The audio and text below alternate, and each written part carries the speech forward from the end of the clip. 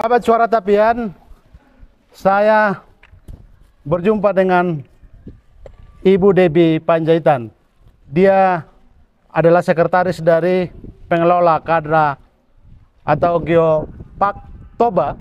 Saya akan bertanya nanti banyak hal tentang dia, tentang bagaimana Danau Toba ini. Horasito. Horasito, ya salam sehat. Salam sehat, bersyukur kita bisa berjumpa di TBC Lelai Center di suasana Kongres Kebudayaan Batak. Itu Anda kan menjadi sekretaris dari lembaga yang mengelola Geopark Kadra Toba ini. Kira-kira mohon diceritakan apa sih kriteria kemudian kita mendapat sertifikat Danau Toba ini menjadi dapat dari UNESCO begitu. Oke, terima kasih Itu Marbun. Jadi saya mau sampaikan kepada kita Bangsa Batak ya, dimanapun kita berada, baik di Indonesia, di dunia, kita bersyukur bahwa Danau Toba saat ini ada di depan kami ini, udah memiliki sertifikat UNESCO Global Geopark. Artinya sudah menjadi diakui oleh dunia bahwa ini adalah salah satu warisan dunia yang harus dijaga. Jadi memang prosesnya ini kita dari ketepatan saya dari Dinas Kebudayaan Pariwisata Provinsi Sumatera Utara sebelumnya, dan baru aja ini Purna Bakti baru bulan lalu. Cuman ya dari 10 tahun yang lalu kita ikut memproses bagaimana mengusung Danau Toba ini menjadi UNESCO Global Geopark. Kenapa? Saya melihat ya pemerintah sudah berupaya semaksimal mungkin dengan anggaran promosi dan sebagainya, tapi angka wisatawannya itu ya nggak maksimal, hanya rata-rata 250.000 per tahun ya. Itu pun dominannya dari Malaysia, itu melalui Tanjung Balai kan gitu ya kan. Dan dulu tuh ada Roro ke Belawan ya, jadi hanya Malaysia yang 70% gitu. Jadi kita berpikir gimana sih Toba ini mesti sampai terangkat ke dunia, karena kalau wisatawan asing itu paling taunya Bali ya. Toba itu nggak dikenal gitu. Jadi kita usung dari 10 tahun yang lalu dengan proses yang cukup berat. 2014 kita usung pertama, kita aspiring Toba to UNESCO, kita gagal. Gagal pertama kenapa? Karena pada saat itu kita belum punya badan pengelolanya. Jadi sejak tahun berapa ini lembaga ada? Lembaga ini ada sejak tahun 2015. Jadi 2014 itu kita gagal karena ketika di asesmen oleh asesor, mana badan pengelolanya? Belum ada. Waktu itu masih Pak Gubernur yang lama, prosesnya panjang sekali. Akhirnya kita gagal, kita usung lagi 2017. Udah terbentuk badan pengelola. Karena emang UNESCO itu maunya mesti ada badan pengelola. Karena kantornya di Sigulati, Samosir ya? Iya, kantornya ada 2 di Sigulati, Samosir, dan di Medan di Poltekpar. Ada ruangan kita spesial untuk kantor Badan Pengelola Toba Kadra UNESCO Global Geopark.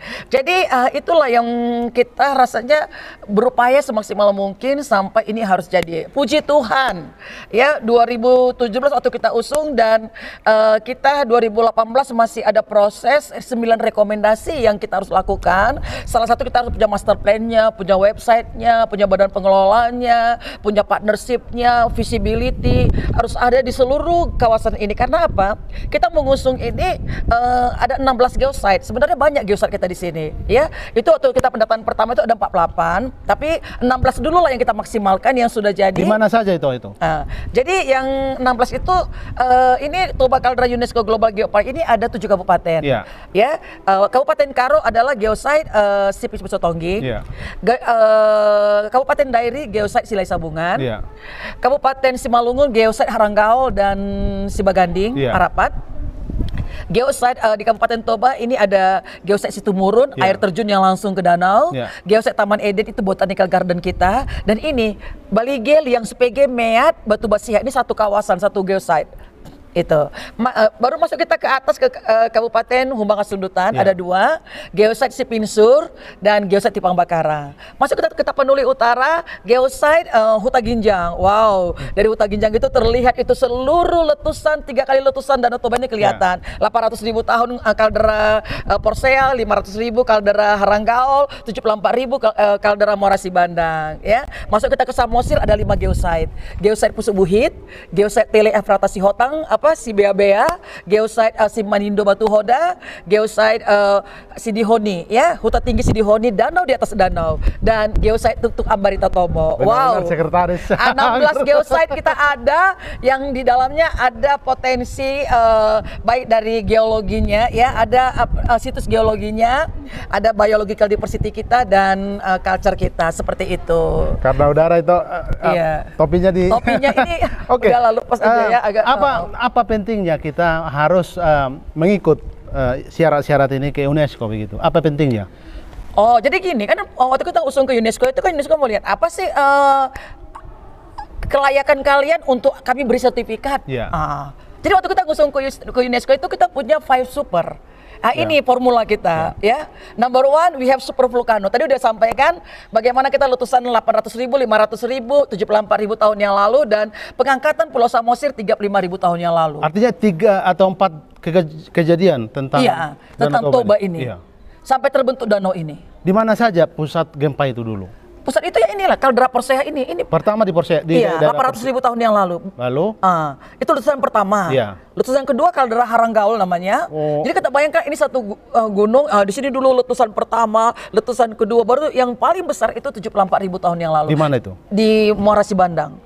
Oh, dekat kampung saya dong, di Humbang itu. Di Humbang, turun kita. Cuman di Kabupaten Tapah. Pokoknya Muara Sibandang, Tipang Bakara, itulah itu letusan terdasar itu. Jadi gini. Selama bumi ini ada, aku mau sampaikan loh teman-teman, ini Toba ini keren banget, ya kan? Letusan terdasar di dunia, ada Taufo di Afrika, ada Yellowstone Amerika, Toba di Asia. Yang paling letusan terdasar adalah Toba. Wow. Jadi sebenarnya storytellingnya ini kita sampaikan, welcome. Tapi kita kan kurang narasi storytelling ini. Iya, storytellingnya. Oke, masih makanya kita minta ya semua kita sama-sama untuk mempromosikannya, menceritakan bukan hanya bicara keindahan. Tadi saya katakan ada 5 super, number 1 super volcano, number 2 super big lake, 100 km, 30 km lebar, number 3 we have beautiful landscape from everywhere. Dari manapun Toba ini keren. Kita dari sini aja keren, dari mana aja keren, kan gitu kan. Yang keempat kita punya super biological diversity. Hanya ini flora fauna kita. Mangga Toba itu ya endemik kita, andaliman kita yang cuma ada di sini. Ya kan?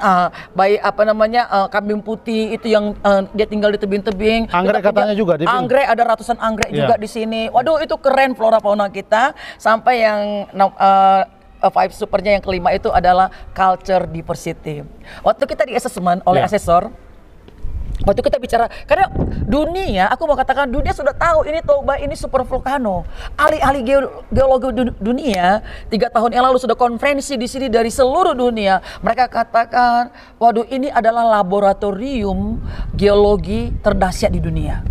Terhebat, karena di sini semua ada bukti-bukti itu gitu. Dan mereka semua terkagum-kagum sebenarnya. Makanya aku kadang-kadang kok kita nggak kagum, nggak heran. Aduh, kurang geget karena gitu saya ya. Sendiri aja, karena saya sendiri terserah kemana-mana mempromosikan bahwa Toba kita itu keren banget dari aspek ilmiahnya, ya aspek alamnya, aspek budaya. Waktu kita bilang ke asesornya, tahu nggak? Kita suku terhebat di dunia adalah suku Batak. Saya bilang, kenapa? Panggilan kita banyak. Ya, kalau mungkin kayak Jawa paling paman, ya bibi, nenek, kakek. Kita opung boru, opung doli, amang boru, nam boru, tulang, nan tulang, amang bau, inang bau, eda, ito. Wow, sampai itu panggilan semua dan tetap terjaga sampai saat ini. Kemanapun orang Batak keluar negeri itu tetap. Ketika saya berpanjaitan, ya kan ketemu panjaitan, panggil ito, panggil bapak tua, panggil opung, tetap terjaga budaya itu. Wow, Batak is so great, mereka bilang gitu. Itu menarik tadi 16 geosite ya. Tolong bahasakan ulang pada saya orang awam. Apa kriteria atau dasar jadi disebut geosite gitu, tempat itu jadi ini geosite. Dia ada ya. Oke, ini ini saya bantu. Iya, 16 ini geosite-nya. Sahabat Suara Tepian. Ya. Ini dia pulau petanya ya. Ini petanya. Ya, oke. Jadi ini dia. Kenapa disebut geosite? Ya. Tadi itu di situ ada bukti sejarah letusan Gunung Toba. Yang didukung oleh culture diversity-nya, keragaman budaya yang terjadi. Kenapa? Setelah ini letusan Toba ini pastikan kita bayangkan gunung yang habis letus kan pasti kering. Ya. Tapi proses waktu demi waktu, mulai tumbuhan ada endemiknya, sampai udah flora fauna ada, baru masuklah peradaban manusia di dalamnya. Ya kan gitu. Budaya di sinilah tampil. Ya, karena apa? Kalau kita lihat dari sejarahnya itu, kayak kita suku Batak kan itu buat rumah Batak itu kan di belakang apa namanya harus bentuk seperti ini karena mereka dulu berpikir siapa tahu Toba ini akan meletus lagi. Jadi kalau air itu naik itu rumah itu bisa dijadikan seperti sampan juga. Makanya bentuknya seperti itu gitu ya. Itu dia sejarahnya. Jadi makanya di setiap ini kita tadi saya katakan taman di ini Tonggeng Sipiso-Piso ya. Ini ada dinding kaldera inilah. Ini kan apa namanya air terjun Sipiso-Piso itu. Ini dinding-dindingnya itulah bukti letusan kedua 500.000 tahun yang lalu. Didukung oleh flora faunanya di sini ada apa namanya tanaman-tanaman ya, ada pohon jeruk dan sebagainya. Karo itu memang kita tahu itu adalah agrowisata. Dan di Karo itu ada minyak yang tidak ada di tempat lain gitu. Iya, minyak Karo. Iya, minyak Karo. Iya. Itu juga pengaruh dari letusan. Iya, jadi misalnya kayak di Karo ini juga ya kan budaya ada, ya kan budaya Karo itu kalau mau masuk kita pintu gerbang Taman Eden itu di sebelah kiri itu ada apa namanya lingga apa tradisional village seperti itu. Jadi kita bisa melihat. Jadi intinya juga UNESCO tuh melihat apa sih keterkaitan antara bio dan culture itu. Jadi gini, ketika seperti inilah ulos ini. Ulos ini kita bisa lihat itu disebut itu ada terkaitnya antara aspek geologi biologinya. Kenapa? Dari hasil letusan Gunung Toba itu tumbuhlah pohon, namanya pohon salaun ya. Salaun ya, itu menjadi pewarnaan. Pewarnaan ulos. Hebat. Berarti dari aspek geologinya tumbuhlah aspek biologinya ini, dan aspek biologinya itu getah pohon itu dijadikanlah untuk culture, untuk menjadi bahan alami untuk tenunan ulos, sehingga dijadikan itu menjadi budaya Batak gitu kan, gitu kan. Ulos itu tampillah di adat istiadat. Itu dia toh sebenarnya keterkaitan itu yang UNESCO lihat. Jadi 16 ini mungkin karena waktu ya, tidak semua itu jelaskan. Jadi semua ini situs-situs ini karena ada pengaruh atau ada kaitannya dengan letusan itu? Ya semua. Dan di sini semua 16 ini sudah ada bukti situs geologinya. Jadi sudah pasti lembaga atau kantor kalian sudah ke sini ya? Oh jelas lah. Ini saya mau sampaikan. Kita pakai namanya dossier kita waktu proposal kita ke UNESCO itu dengan hasil penelitian Profesor Chesner dari Amerika. Dia 15 tahun dia meneliti di Toba ini untuk melihat situs-situs geologi, di ahli geologi dunia. Sampai kenapa? Waktu itu kan di Kutub Utara kan ditemukan, di India ditemukan debu-debu ini. Dari mana debu ini? Dicari, dapatnya di Toba ini. Bayangkan letusan itu sampai ke Kutub Utara, sampai ke Asia, ke mana-mana. Gelap dulu. Gelap terjadi. Jadi teman-teman boleh lihat itu filmnya langsung. Itu kita punya namanya Geopark Information Center di Parapat. Oh, di Parapat. Iya, OpenStack.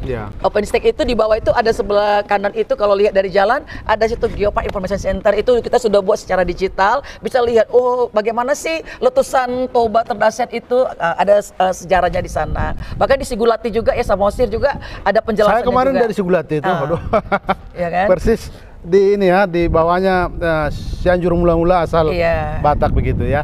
Pertanyaan berikutnya, apa sebenarnya kaitan sertifikat yang diberi UNESCO ini, Kaldera Toba ini, dengan pariwisata? Kalau misalnya kita tidak dapat lagi sertifikat itu, karena saya dengar juga bisa nanti ditarik kalau kriteria-kriteria yang mempertahankan itu tidak dijaga begitu.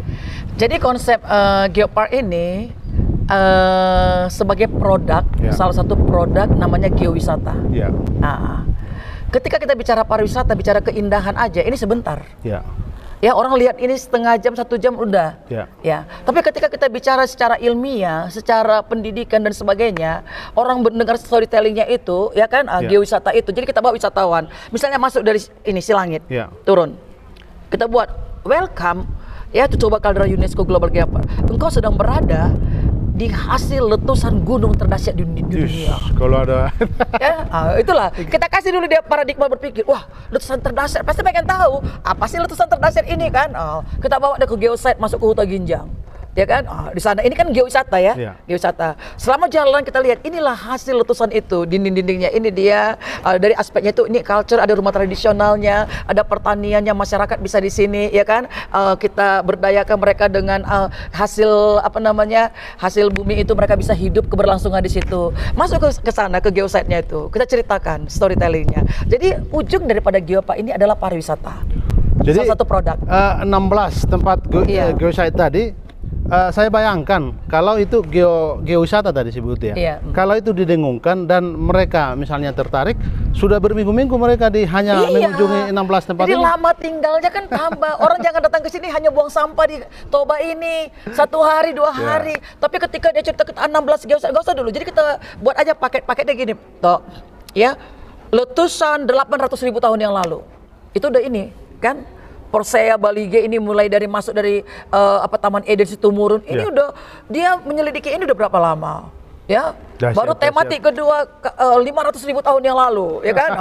Baru terdahsyat 74.000 tahun yang lalu. Ini udah 3 paket. Ke arah Humba. Iya, namanya baru kita buat konsep geotrailnya seperti itu. Jadi emang kita jual harus mesti berbeda. Kita bukan lagi jual Danau Toba secara pariwisata, tapi dari konsep geoparknya ini itu lebih menarik kepada wisatawan. Ini baru ngeh juga saya itu. Ini terakhir itu baru Panjaitan. Kira-kira apa himbauan itu agar kita orang Batak juga greget loh, bangga juga bahwa kita diberi Tuhan anugerah ini luar biasa, nenek moyang kita di alam yang luar biasa ini begitu. Oke. Emang Toba ini aku mau katakan ini given dari Tuhan, anugerah terbesar yang kita nikmati yang tinggal di sini ya. Aku baru Panjaitan kampungku di Storang sana gitu ya kan. Satu hal, ayo kita sama-sama ya, baik masyarakat di sini, karena gini, simple aja. Itu UNESCO mau bahwa ini Danau Toba ini tetap terjaga. Ya, baik peradabannya, lingkungan itu berkesinambungan sampai anak cucu kita mungkin 100 keturunan ke bawah masih bisa melihat Danau Toba ini. Jangan jadi lumpur dia, kan gitu kan? Jadi bagaimana menjaga ini? Ayo sama-sama kita. Baik masyarakat yang ada di sini menjaga kebersihannya. Karena selalu yang masalah memang di Danau Toba ini ya, karena saya di pariwisata ya 30 tahun kerja, selalu masalah sampah. Ya, wisatawan itu aduh kok kenapa sampahnya ini sayang gitu ya. Bahkan saya berapa kali bawa wisatawan nilai sampah, dia kutip sampah itu, dia taruh lagi di ranselnya. Coba artinya mungkin sebenarnya simpel aja ya, dari camat, lurah, kepala desa. Ayo masyarakat kasih pemahaman bahwa ini sudah menjadi destinasi wisata dunia yang harus kita jaga. Dan konsep Geopark itu saya mau katakan, kita di sini nggak perlu mesti bangun hotel bintang 10, bangun seperti apa kayak yang hebat enggak. Tapi izinkan apa yang ada di masyarakat ini aja. Alami aja dibangun. Alami aja. Ya, ada homestay, rumah-rumah tradisional jadi homestay, tapi dengan fasilitas internasional. Wifi-nya kuat, penerangannya ada. Keramah tamahan tamahannya, toiletnya harus duduk, jangan jongkok. Karena kalau jongkok orang asing itu nggak biasa kan gitu. Mereka kan? Nggak bisa jongkok. Nggak bisa jongkok. Kita yang hebat jongkok semua kan gitu. Nah, itu aja. Jadi sama-sama kita jaga kebersihannya, kebersamaan. Bahkan tadi dari budayanya juga ya, tetap kita lestarikan. Karena apa? Tanggung jawab kita bersama. Yang intinya gini, saya punya taman di rumah. Kalau ada taman saya ada yang merusak kan gitu kan, pasti kita akan marah kan gitu kan. Ayo sama-sama kita, ya mungkin sekecil apapun yang bisa kita lakukan untuk Danau Toba ini. Kita percaya ada yang Tuhan sedang siapkan ya upah di sorga ya, untuk kita bertanggung jawab ya kan, tanggung jawab moral kita untuk Danau Toba tercinta kita ini. Senang gitu. Dengan itu Debbie Boru Panjaitan, luar biasa penjelasannya ini. Paham sekali. Apalagi yang mau ditunjukkan? Ini kita untuk pendidikan anak-anak kita mari mengenal Batak Toba. Sudah dibuat juga bukunya. Iya, ada asal usul terjadinya Danau Toba. Jadi literasinya lengkap sebenarnya. Iya. Jadi kita kasih anak-anak juga supaya memahami seperti itu. Dan yang kami juga ada namanya maskot kita anak-anak, namanya panggung boneka Geopato ya. Jadi ini Geopato ini Geopark Toba, tapi dia boneka itu puppet itu. Kita keliling, kalau dia di Samosir jadi Marga Nebaho, kalau di Balige jadi Marga Panjaitan, kalau di Karo jadi Marga Sembiring, gitulah kita buat si Geopato ini. Tapi seperti ini kita kasih leafletnya, kita ajak hanya 4 hal yang kita mau berikan kepada anak-anak itu. 1, cinta Tuhan. Kedua, cinta sesama. Ketiga, cinta lingkungan. Dan keempat, cinta budaya sendiri. Wow, 4 hal itu kalau kita lakukan, anak-anak generasi ini di Danau Toba ini pasti aman. Bener nggak? Cinta Tuhan, cinta sesama, cinta lingkungan, cinta budaya sendiri. Wow. ya. Kalaupun Tuhan datang nanti kapan datang ya, ini masih tetap terjaga peradaban ini kan, tetap terjaga. Dan itu juga Tuhan mau ya kan, menjaga apa yang sudah Dia berikan kepada kita. Oke, mungkin terima kasih Ito. Begitu bincang-bincang saya dengan Ito Debbie Boru Panjaitan. Luar biasa, dia adalah sekretaris dari Badan Pengelola Toba Caldera UNESCO Geopark. Toba ya. Oke, terima kasih Ito. Terima kasih Ito ya. Sukses buat apa nih? Kami dari Forum Jurnalis Batak. Forum Jurnalis Batak. Kebetulan bincang-bincang kita ini akan kita buat di Suara Tapian Channel. Oke. Kalau perlu mau ada informasi apapun saya siap. Baik. Kantor saya terbuka ya. Boleh HP saya 0813 7097 3610 ya. Itu ayo sama-sama kita mungkin ada yang mau berbuat ya dari aspek konservasi, edukasi dan pemberdayaan masyarakat. Kemon, saya siap bekerja sama. Ya. Mudah-mudahan kita bisa juga membantu narasinya. Kami baru bentuk Forum Jurnalis Batak di Jakarta. Terima kasih. Sukses buat Forum Jurnalis Batak. Tuhan berkati. Kami berkantor di Somar Pikir.